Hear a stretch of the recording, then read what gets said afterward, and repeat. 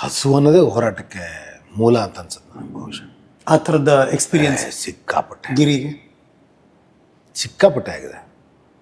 ಒಂದು ಟೈಮ್ ಏನಾಗುತ್ತೆ, ನಾವು ಹುಡುಗರಾಗಿ ಹುಟ್ಟಿದ ಮೇಲೆ ಒಂದು ಟೈಮಿಗೆ ರೆಸ್ಪಾನ್ಸಿಬಿಲಿಟೀಸ್ ಬರುತ್ತೆ ನಮಗೆ ಮೈಂಡ್ಗೆ. ಇಲ್ಲ ನಮ್ಮ ಮನೇಲಿ ಏನು ಕೇಳಬಾರ್ದು, ಮನೇಲೇನು ಮಾಡಬಾರ್ದು, ನಮ್ಮ ಅಪ್ಪ ನಮ್ಮನ್ನು ಸಾಕ್ತಾ ಇದ್ದಾರೆ, ಸೊ ನಾವೀಗ ಅವ್ರನ್ನ ಸಾಕಬೇಕು ಅನ್ನೋ ಮೈಂಡಿಗೆ ಬಂದ್ಬಿಡುತ್ತೆ ನಮಗೆ. ಆಗ ಬಂದಾಗ ಮನೇಲಿ ನಾವು ಮೌನ ಆಗ್ಬಿಡ್ತೀವಿ. ಕಟ್ಟಿಂಗ್ ಕಾಸು ಕೇಳೋದು, ಇದಕ್ಕೆ ಕಾಸು ಕೇಳೋದೆಲ್ಲ ಬಿಡ್ತಾ ಹೋಗ್ತೀವಿ.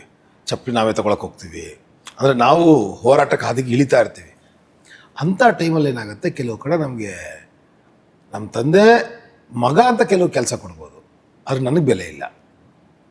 ಹಾಂ, ಓ ನೀನು ಶಿವಣ್ಣ ಮಗ, ಓಕೆ, ನನಗಿಲ್ಲ, ರೆಸ್ಪೆಕ್ಟ್ ಇಲ್ಲ, ಯಾಕೆ ನಾನೇನು ಕೆಲಸ ಮಾಡ್ತಿಲ್ಲ. ನಾನು ಕೆಲಸ ಮಾಡಬೇಕಾದ್ರೆ ನನಗೆ ಒಳ್ಳೆ ಊಟ ಕೊಡಬೇಕು ಅಂತ ಎಕ್ಸ್ಪೆಕ್ಟು ಮಾಡಬಾರ್ದು. ನಾನು ತಿಂದರೆ ಊಟ ಸಿಕ್ಕರೆ ಸಿಗುತ್ತೆ, ಇಲ್ಲಾಂದ್ರೆ ಇಲ್ಲ. ಇದಕ್ಕೆ ಬರೋಕ್ಕಿಂತ ಮುಂಚೆ ನಾನು ಎಲೆಕ್ಟ್ರಿಷಿಯನ್ ಆಗಿದ್ದೆ.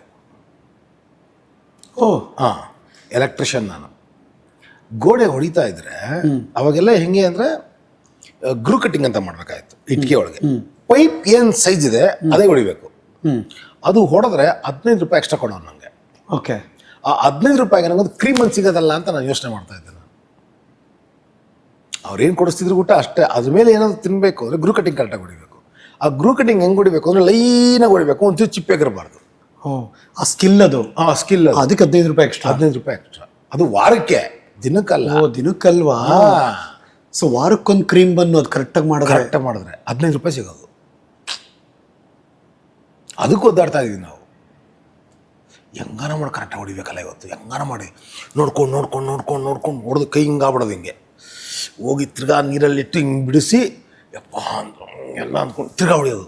ಒಂಚೂರು ಚಿಪ್ಪೆಗರಂಗೆ ಅಮ್ಮ ನೋಡೋ ಕಾಂಟ್ರಾಕ್ಟ್ರು, ಇದು ಹೊಡೆದಿದ್ದು ಗಿರಿ, ಇದು ಹಂಗಾದ್ರೆ ಓಕೆ, ಬರ್ಕೊಳ್ಳೋ ಒಂದು ಬರ್ಸ್ಕೊಂಡು ಹೋಗೋದು. ಇವತ್ತು ಕ್ರೀಮನ್ನೆಲ್ಲ ಸಿಗುತ್ತೆ ನಮಗೆ, ತಿನ್ನಕ್ಕೆ ಬೇಜಾರು, ಬೇಡಪ್ಪ ಸುಮ್ಮನೆ ಯಾಕೆ